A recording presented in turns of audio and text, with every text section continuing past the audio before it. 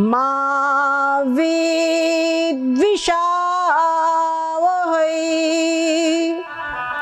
ओम शांति शांति शांति।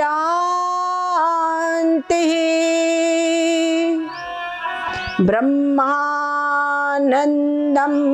परम सुखदं केवलं ज्ञानमूर्तिं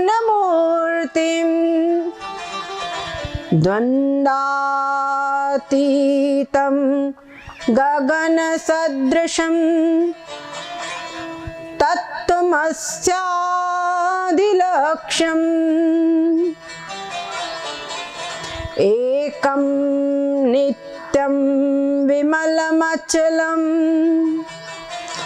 सर्वधी साक्षिभूतं भावातीतं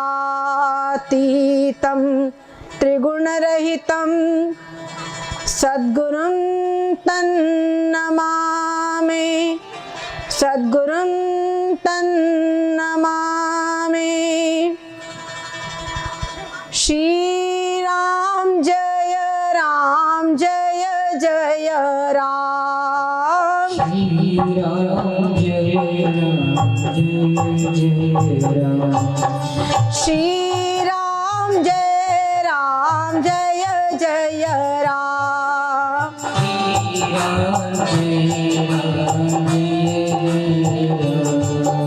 कृष्ण कन्हैया जय घनश्याम।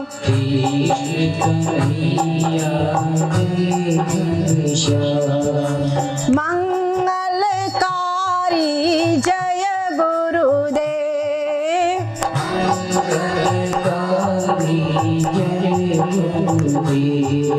सब शुभकारी जय गुरुदेव।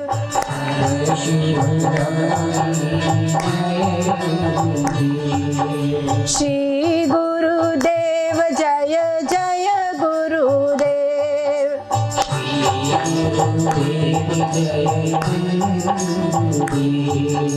सब शुभकारी जय गुरुदेव।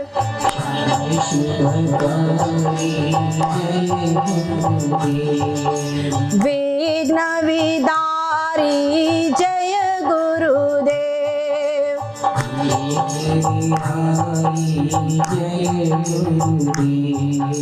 भव भयहारी जय गुरुदेव।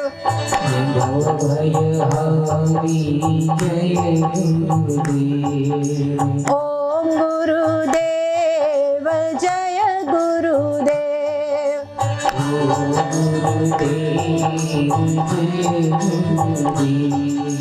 श्री गुरुदेव जय जय गुरुदेव।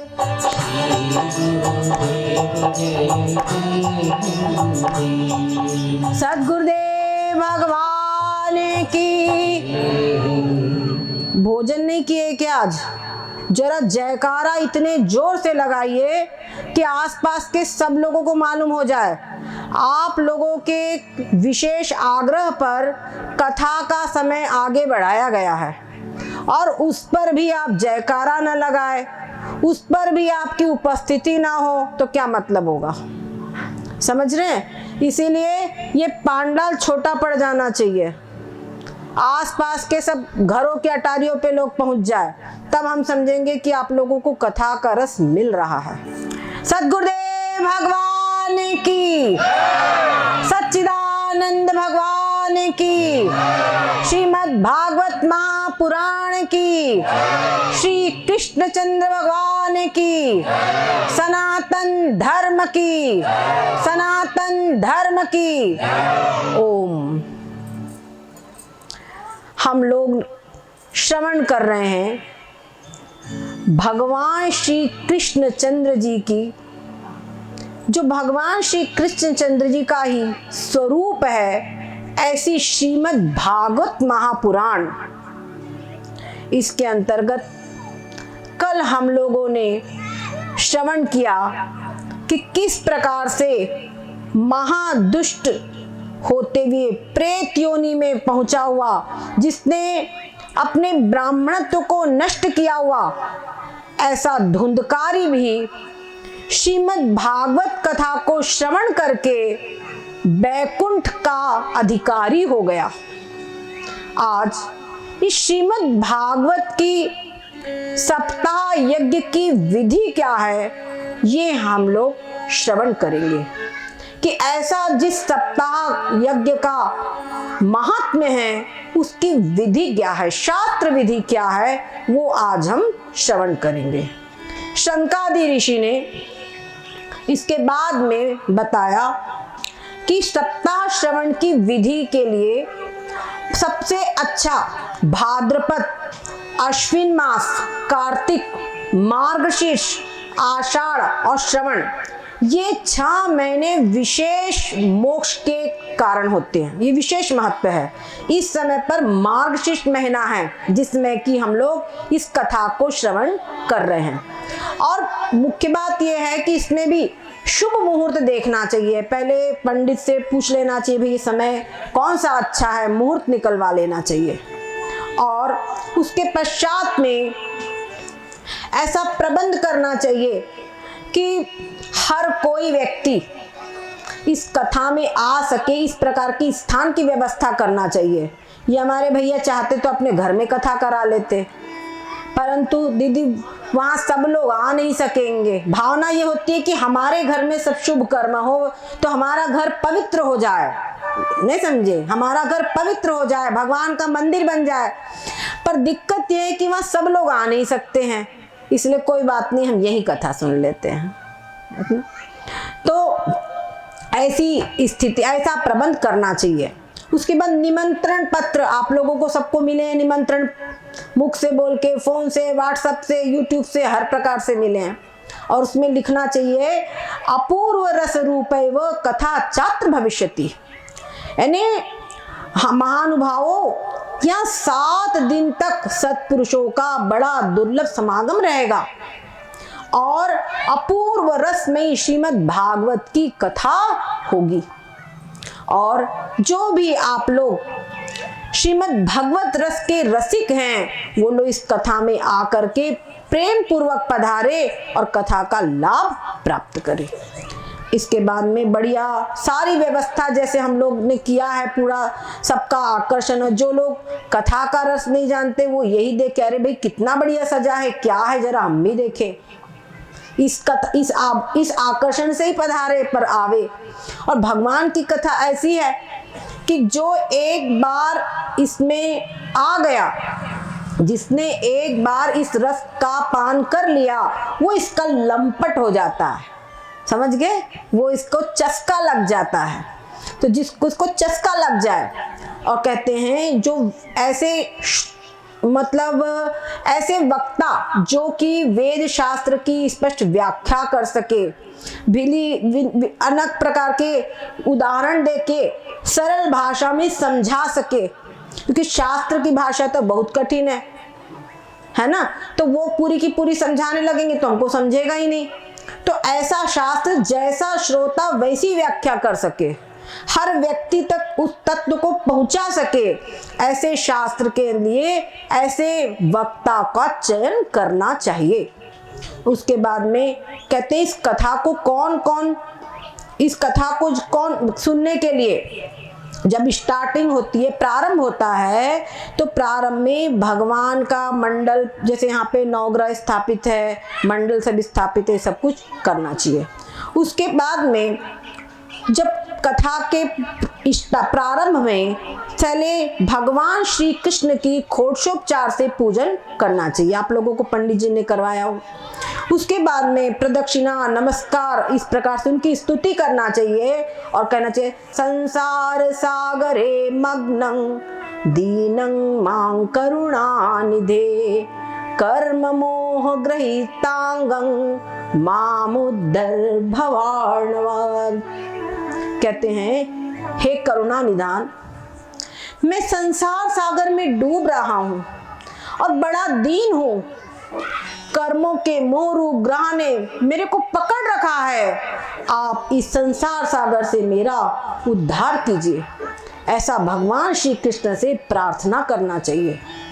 इसके पश्चात जो ग्रंथ है, जैसे पोथी रखी है ना, ये पोथी, इसके सामने नारियल रख करके हाथ जोड़ करके इनसे, ये क्योंकि भगवान की वांगमयी मूर्ति है और इन्हीं से हमको शिक्षा मिलेगी हमको क्या करना है, इनसे भी प्रार्थना करिए। ग्रंथ जो है श्रुति है, साक्षात श्रुति माता है, इनसे प्रार्थना करना चाहिए। क्या प्रार्थना करना चाहिए? श्रीमद् भागवताख्योऽयं प्रत्यक्ष कृष्ण एव हि स्वीकृतोऽसि मया नाथ मुक्त्यर्थं भवसागरे। कहते श्रीमद् भागवत के रूप में आप साक्षात श्री कृष्ण चंद्र जी की मूर्ति है, श्री कृष्ण चंद्र जी ही विराजमान हैं। हे नाथ, मैंने भवसागर से छुटकारा प्राप्त करने के लिए आपकी शरण ली है, आप मेरा कल्याण कीजिए। इसके बाद में फिर जो कथा व्यास है उनको सुखदेव स्वरूप समझिए, साक्षात उनमें सुखदेव जी का दर्शन करते हुए उनसे प्रार्थना करें। क्या प्रार्थना? शुकरूप प्रबोधज्ञ सर्वशास्त्र विशारद एतत् कथा प्रकाशेन मदज्ञानं विनाशय। क्या कहते हैं? सुख स्वरूप भगवान, आप समझाने की कला में कुशल और सब शास्त्रों में पारंगत है। कृपया इस कथा को प्रकाशित करके मेरा ज्ञान दूर करें। ये विधि है शास्त्र की। इसके पश्चात में कहते हैं इस कथा को सुनने से कैसे करे, इसमें भोजन आदि, तो कहते हैं भोजन हल्का करे, भोजन हल्का करे तो उससे क्या होगा कि मलमूत्र, मतलब ऐसा नहीं कि दिक्कत हो, किसी प्रकार की शरीर में कोई दिक्कत नहीं होना चाहिए। 7 दिन तक अगर संभव हो तो निराहार रहकर करे, न संभव हो तो फलाहार लेके करे, हविष्यान्न लेकर के रखे। जिस नियम को आप सुविधा से कर सके, कहीं घी पी करके रहे, दूध पी करके रह ले, नहीं समझे, फलाहार लेके करे, एक टाइम भोजन करके रहे, जैसे जिसको समझे। और साथ में एक बात बड़ी अच्छी दे दी है, बताओ वो बात क्या है? वो कहते हैं भोजनं तु वरं मन्ये कथा श्रवण कारकम। यदि किसी को उपवास करने से आदि से पता चले डायबिटीज पेशेंट है, हार्ट पेशेंट है, या किसी प्रकार से दुर्बल है शरीर में, तो क्या होगा?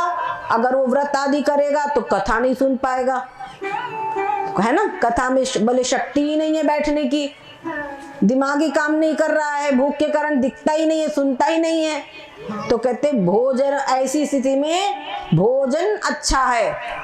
नोपवासो वरः प्रोक्तः कथा विघ्न करो। यदि आपका उपवास कथा में विघ्न रूप है तो वो उपवास करना, उसको मैं श्रेष्ठ नहीं कहता हूँ, समझ गए।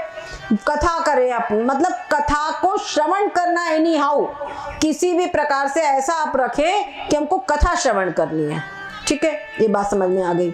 तो इसीलिए उसके बाद में इस कथा से किस किस का कल्याण हो जाता है?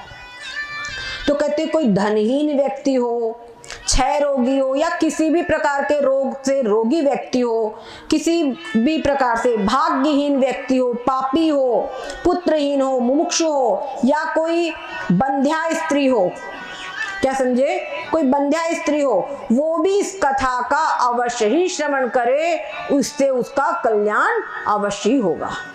किसी भी प्रकार के पाप को क्षय करने में श्रीमद् भागवत कथा निपुण है।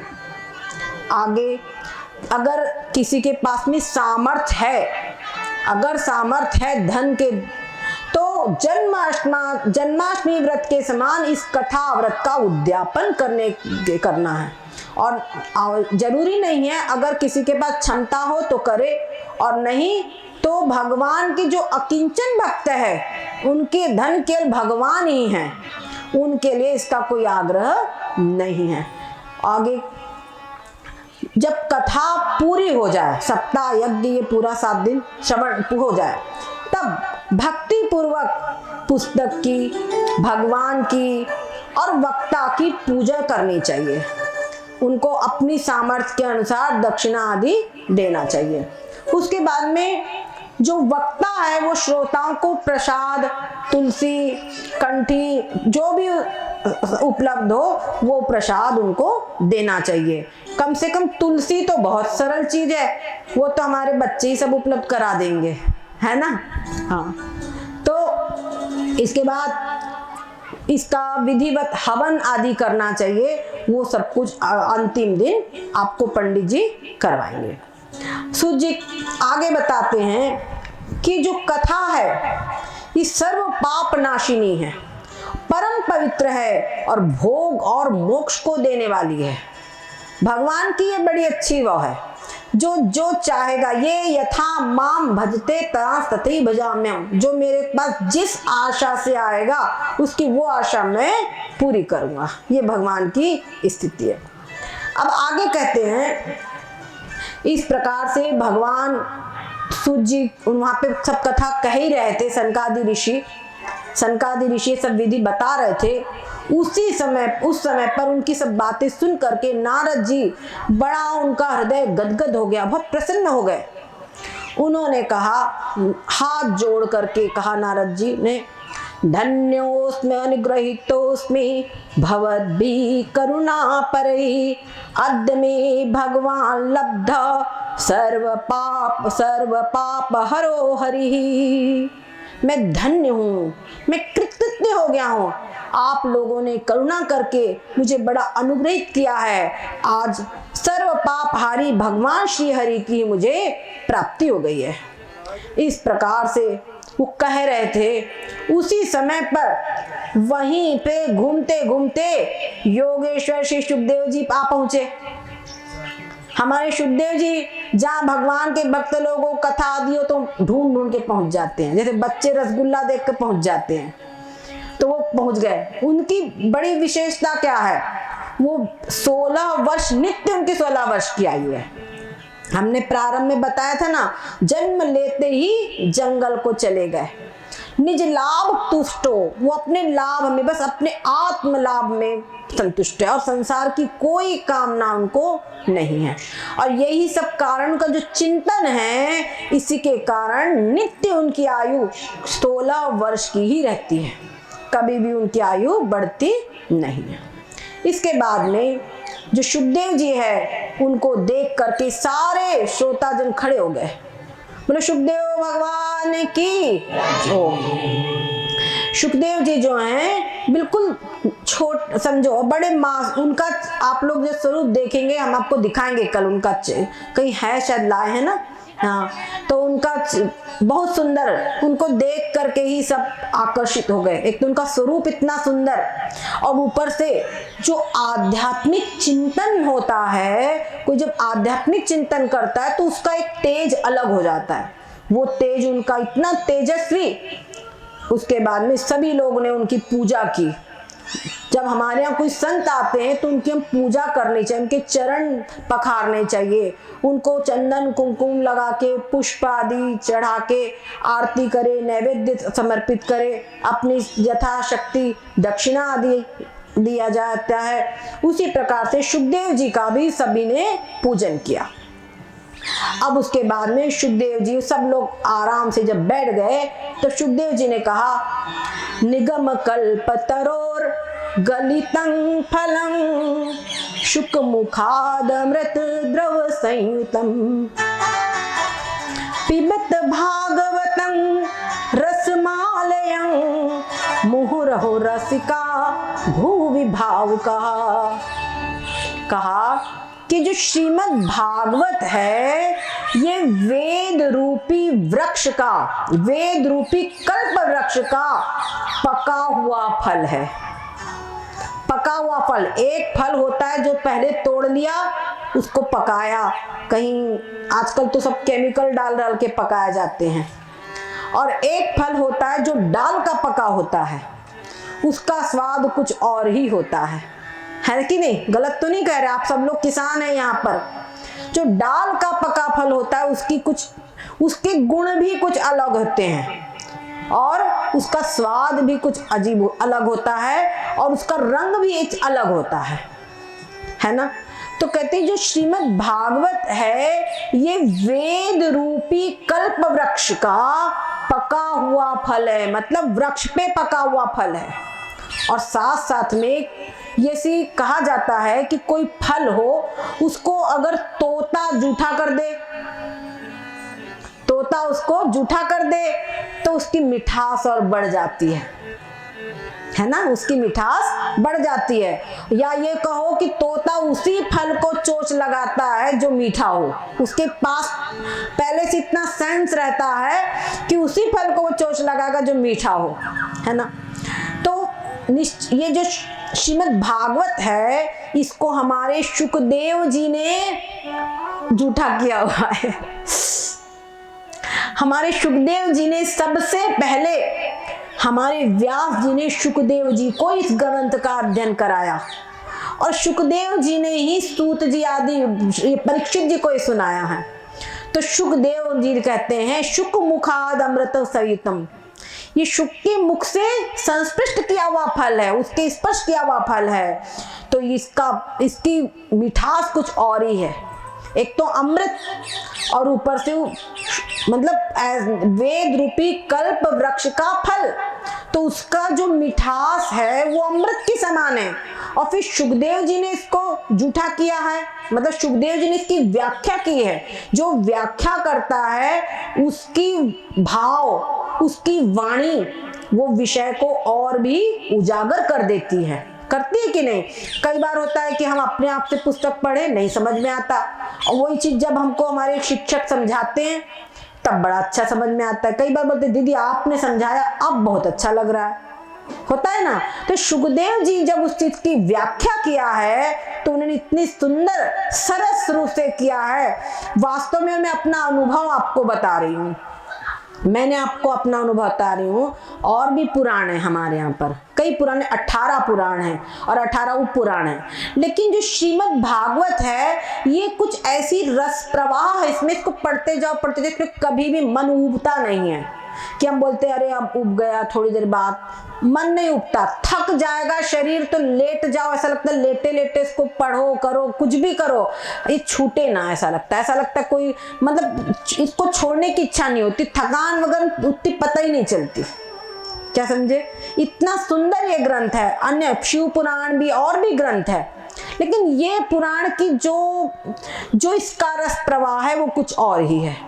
और क्यों ना हो, हमारे श्री वेदव्यास जी ने देखो कोई भी कार्य जब हम करते ना उसके बीज में जो संकल्प होता है वो काम करता है, वो काम करता है। जैसे तो वेदव्यास जी ने जो श्रीमद् भागवत की रचना की है तब उन्होंने आत्म संतोष के लिए इसकी रचना की है। इसी प्रकार हमारा जो रामचरितमानस है उसके अंदर भी बड़ा सरस ग्रंथ है। रामचरितमानस में भी तुलसीदास के स्वांतः सुखाय तुलसी रघुनाथ गाथा, है ना। तो जब इसको स्वांतः सुखाय, जो भी प्रवक्ता इसको सुनाए तो स्वांतः सुखाय सुनाए। जब अपने को शांति मिले, जब अपने को शांति मिलेगी तो सुनने वालों को भी शांति अवश्य ही मिलेगी। इसके पीछे ये संदेश भी है। और किसी भी लोभ लालच न होवे, केवल निज लाभ का ही, निज लाभ जो है उसी का लोभ होवे, अपने आत्म सुख का ही लोभ होवे इसको सुनने और सुनाने में। तो ऐसा जो श्रीमद् भागवत है, कहते पिबत भागवतम रसमालयम, ये पिबत इस भागवत रस का पान करो। कब तक करो, आलयम, आलयम मतलब एक तो होता है लय पर्यंत, जब तक ये संपूर्ण सृष्टि का लय नहीं हो जाता वो, और या समझो कि मृत्यु जब तक ना आ जाए, समझ गए ना, मृत्यु जब तक ना आ जाए, या समझो कि जब तक मोक्ष ना हो जाए। इस ग्रंथ को इतने बार सुनो कि जब तक मोक्ष ना हो जाए पूर्ण रूपेण, और पूर्ण रूपेण शरीर हर प्रकार से देव विदेव हर प्रकार का जब तक मोक्ष न हो जाए तब तक इस भागवत ग्रंथ का पान करे, भागवत रस का पान करे।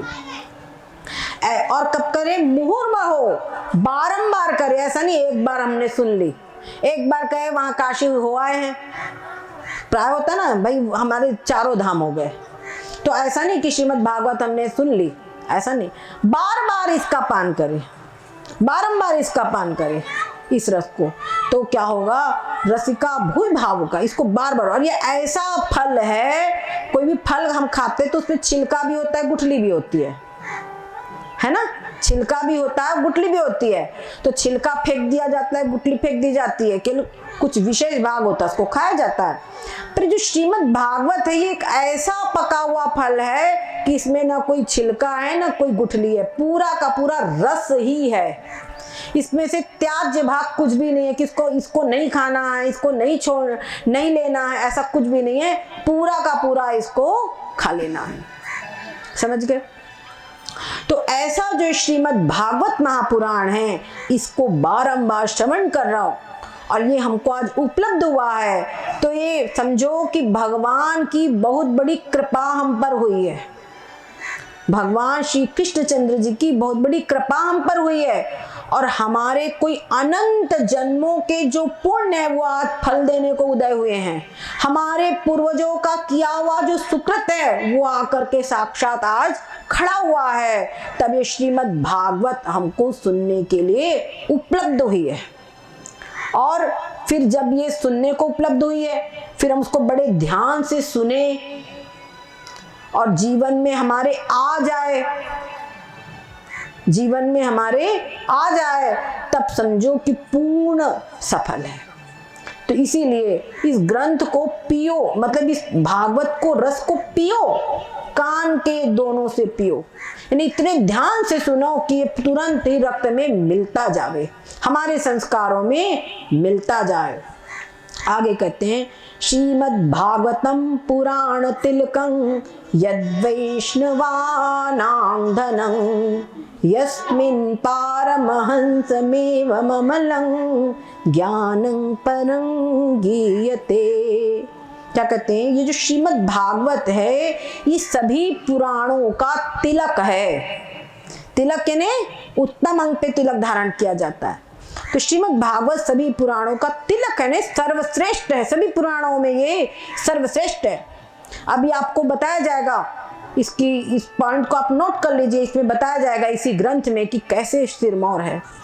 आगे ये वैष्णव का धन है, जो विष्णु भक्त हैं, भगवान के जो भक्त हैं, विष्णु भक्त नहीं, हर भक्त का, ये भगवान के भक्तों का धन है।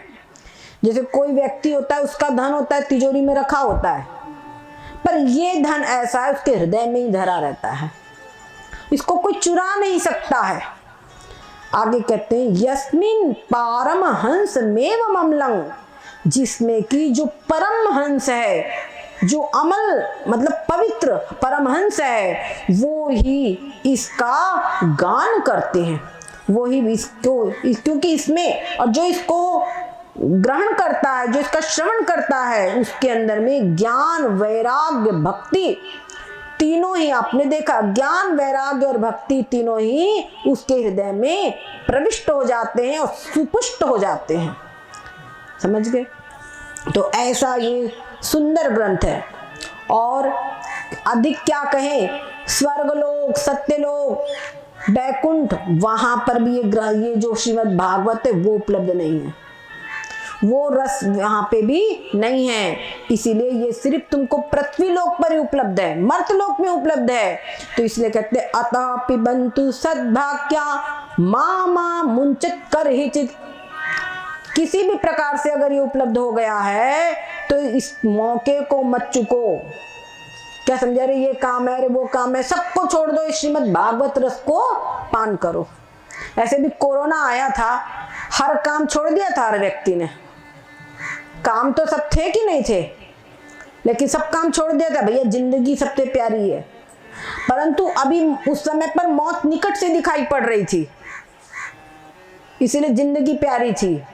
परंतु सबके पास मौत उतनी निकट से क्यों नहीं दिखाई पड़ रही है? अगर दिख जाए तो श्रीमद् भागवत रस में आपको रस मिलने लग जाए। इस प्रकार से सुखदेव जी सब कह रहे थे, तभी अचानक एक और भी विशेष घटना घटी। क्या हुआ? उसी सभा में बीचों बीच भगवान श्री हरि अपने पार्षदों के साथ में प्रकट हो गए। बोलो भगवान श्री नारायण जी की जय हो। उनके साथ में प्रहलाद जी, बलि, उद्धव, अर्जुन और भी उनके अनेकों पार्षद है, सबके साथ में वो आ गए। और जब वो आए तो फिर कहना ही क्या है, जब भगवान प्रकट हो गए तो फिर कहना ही क्या है। नारद जी, सुखदेव जी सब ने उठ करके उनका पूजन किया, उनको विशेष स्थान पर बढ़िया सिंहासन पे बिठा दिया और सब लोग उनके सामने कीर्तन करने लगे। श्री कृष्ण गोविंद हरे मुरारे, हे नाथ नारायण वासुदेवा। श्री कृष्ण गोविंद हरि मुरारी, हे नाथ नारायण वासुदेवा। श्री कृष्ण गोविंद हरे मुरारे, हे नाथ नारायण वासुदेवा। कृष्ण गोविंद हरि मुरारी, हे नाथ खूब ताली बजा बजा के कीर्तन के। वासुदेवा। श्री नाथ नारायण वासुदेवा, हे नाथ नारायण वासुदेवा। हे नाथ नारायण वासुदेवा, हे नाथ नारायण वासुदेवा। श्री कृष्ण गोविंद हरि मुरारी, हे नाथ नारायण वासुदेवा।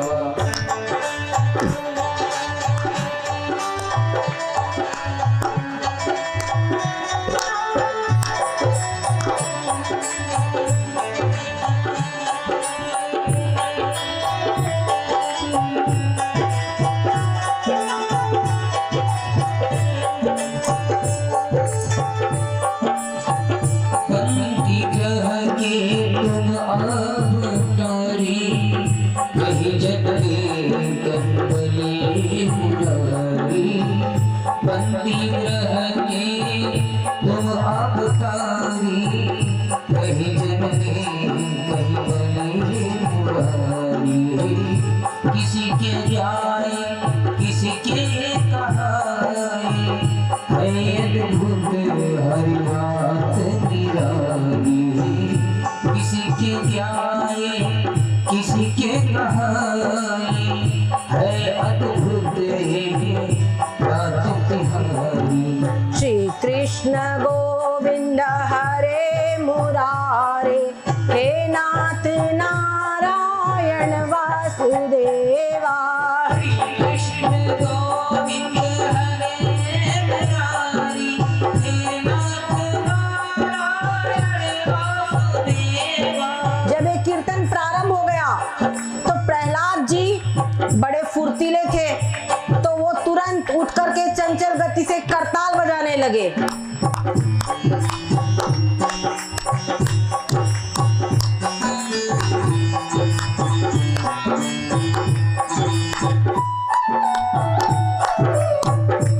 उद्धव जी उन्होंने झांझे उठा ली।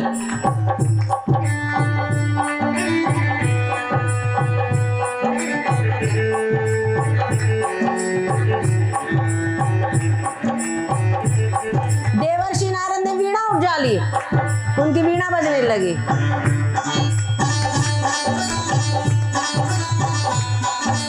हम लोग तलवार बजाइए, सब चल रहा है आराम से।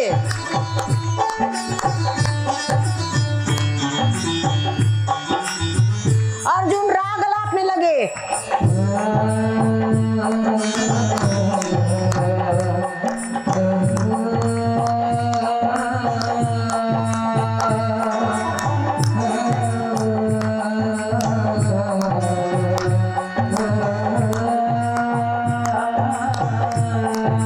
इंद्र मृदंग बजाने लगे। धन धन।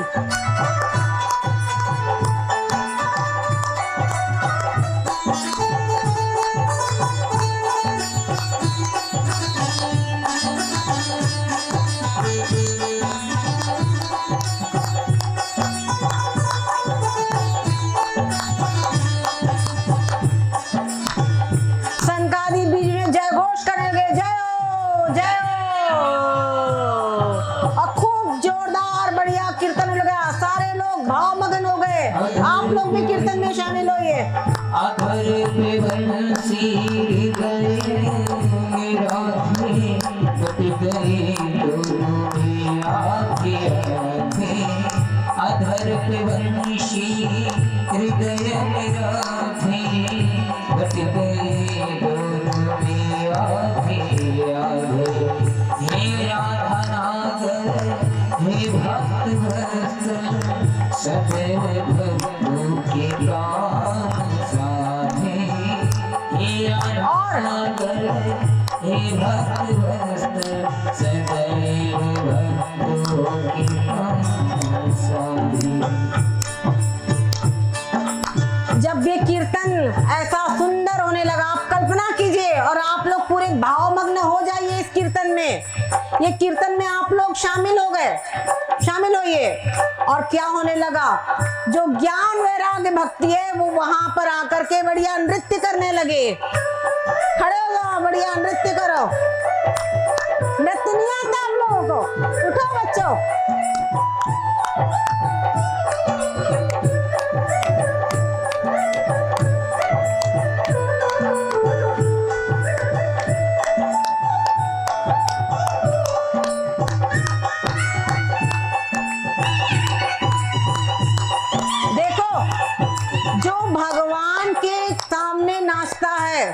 उसको संसार में नाचना नहीं पड़ता, उसकी सारे रास्ते खुल जाते हैं। और जो भगवान के आगे नाचने में शर्माता है उसको 84 लाख योनियों में नाचना पड़ता है। इसलिए सोच लो कहाँ हमको नाचना है। उठो।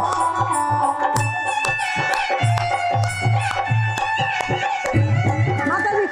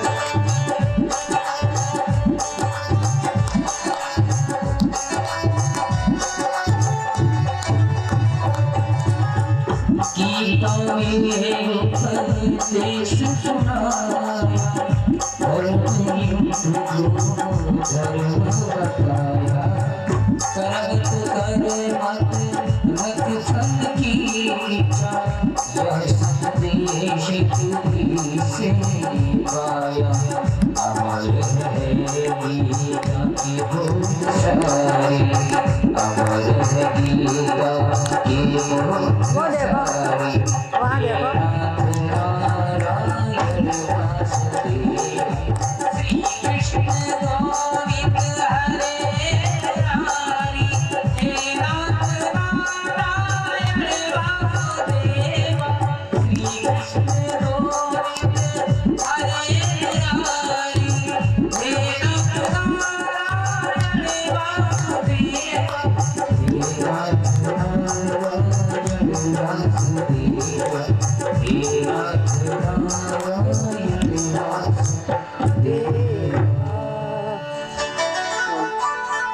जब इस प्रकार का अलौकिक कीर्तन हुआ तो भगवान कहने लगे, मैं तुम्हारी इस कथा और कीर्तन से बहुत प्रसन्न हूँ, आप लोगों के भक्ति भाव से मैं बहुत प्रसन्न हूँ, आप लोग जो चाहे वो मेरे से वर मांग लीजिए।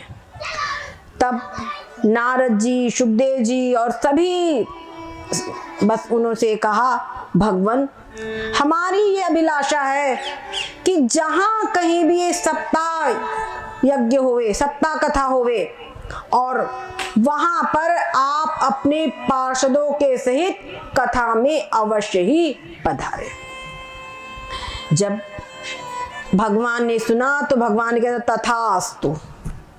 तो जब कभी ये सप्ताह कथा होती है और बढ़िया सुंदर ऐसा सात्विक कीर्तन होता है तो इसमें भगवान अपने पार्षदों के सहित प्रकट हो जाते हैं। इसके पश्चात भगवान ने तथास्तु कहा और भगवान अंतर ध्यान हो गए। इसके बाद नारद जी और सभी वहां पे सभासदों ने भगवान को उनके इंगित करके प्रणाम किया, जिस दिशा में प्रणाम किया और सभी लोग अपने अपने स्थान पे जाने के लिए हो गए। नारद जी ने जो ज्ञान, भक्ति और वैराग्य है, भक्ति माता को उनके पुत्रों सहित अपने वो शुकदेव जी ने उनको पुत्रों के सहित, भक्ति माता को उनके पुत्रों के सहित अपने शास्त्र में स्थापित कर दिया। जो कोई भी इस ग्रंथ का कीर्तन करेगा, यानी कहेगा, कीर्तन करना मतलब हम एक जो भगवान के नामों का उच्चारण पूर्वक कीर्तन, यही कीर्तन नहीं है, ये तो है, पर इसके साथ में भगवान की कथा को कहना। जैसे आपस में हम अपने बच्चों को कहानी सुनाएं, आपस में दो लोग बैठे तो भगवान की किसी कथा को सुनाएं, ध्रुव की कथा सुनाएं, प्रहलाद की कथा सुनाएं, ये भागवत जो हम लोग सुन रहे हैं इसको परस्पर में सुनाएं, समझ रहे? तो वो भी कीर्तन भक्ति है और जो सुनता है उसकी श्रवण भक्ति होती है। तो एक ही साथ दो लाभ होते हैं, कीर्तन भक्ति और साथ में जब हम कीर्तन करते हैं, बोलते हैं तो खुद भी तो सुनते हैं, है ना?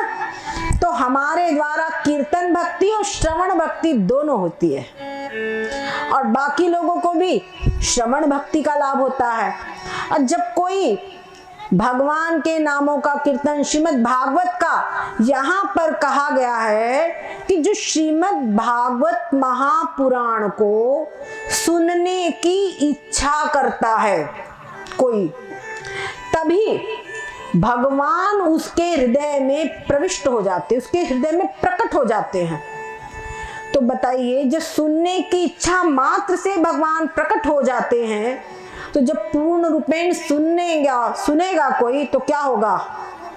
तब तो यही होता है, to see God is to be God.